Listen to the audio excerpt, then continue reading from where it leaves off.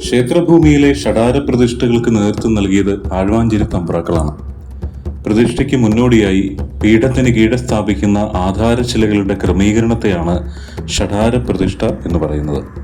തന്ത്രസമുച്ചയം, കുഴിക്കാട്ട് പച്ച പോലുള്ള ശാസ്ത്രഗ്രന്ഥങ്ങളിൽ ഇതേക്കുറിച്ച് വിശദമായി പ്രതിപാദിക്കുന്നുണ്ട്. യോഗവിധിപ്രകാരം മൂലാധാരം, മണിപൂരകം, അനാഹതം, വിശുദ്ധം, ആജ്ഞ, സഹസ്രാരം എന്നിങ്ങനെ 6 ചക്രങ്ങളെ ബന്ധിപ്പിച്ചുള്ള ക്രിയാപദ്ധതി വഴി പൃഥ്വീതത്വത്തിൽ നിന്ന് വിഗ്രഹത്തിലേക്ക് എത്തുന്ന ഊർജത്തെ ദേവതയുടെ ഊർജ്ജരൂപമാക്കി നിലനിർത്തുന്ന പ്രക്രിയയാണിത്. ഷഡാധാര പ്രതിഷ്ഠാവിധാനം ഇങ്ങനെയാണ്.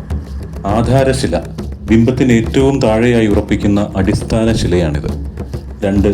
നിധികുംഭം അടിസ്ഥാന ശിലയ്ക്ക് മുകളിൽ വയ്ക്കുന്ന രത്നങ്ങളും ധാന്യങ്ങളും ലോഹങ്ങളും നിറച്ച കുംഭം അല്ലെങ്കിൽ കുടം. 3. പത്മം 8 ദളങ്ങളുള്ള താമരയുടെ ആകൃതിയിലുള്ള കല്ലാണിത്.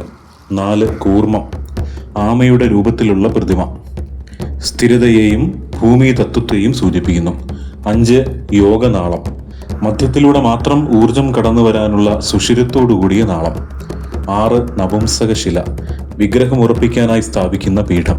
ഈ 6 ഘട്ടങ്ങളും പൂർത്തിയായ ശേഷമാണ് ഇതിനു മുകളിലായി വിഗ്രഹം പ്രതിഷ്ഠിക്കുന്നത്. ഷഡാര പ്രതിഷ്ഠ കഴിഞ്ഞ് 10 വർഷത്തോളം ക്ഷേത്ര നിർമ്മാണം ഇഴഞ്ഞു നീങ്ങി. ഇതിനിടെ ഉല്ലാസിനെ കൂടാതെ പുതുശ്ശേരിക്കണ്ടത്തിൽ ശ്രീമതി രാധമ്മ, ആറന്മുള ശ്രീമതി ലീല എന്നിവരും ക്ഷേത്രം പണിക്കുള്ള ധനസഹായവും സാമഗ്രികളും എത്തിച്ചുകൊണ്ടേയിരുന്നു. തന്ത്രിസ്ഥാനം ഏറ്റെടുക്കാൻ സന്നദ്ധത അറിയിച്ച പൂഞ്ഞാർ ഗണപതിമഠം നാരായണൻ എമ്പ്രാനെ ഉന്മേഷ് ഇല്ലത്ത് പോയി കണ്ട് ദക്ഷിണ സമർപ്പിച്ച് താന്ത്രിക ചുമതല ഏൽപ്പിക്കുന്നു.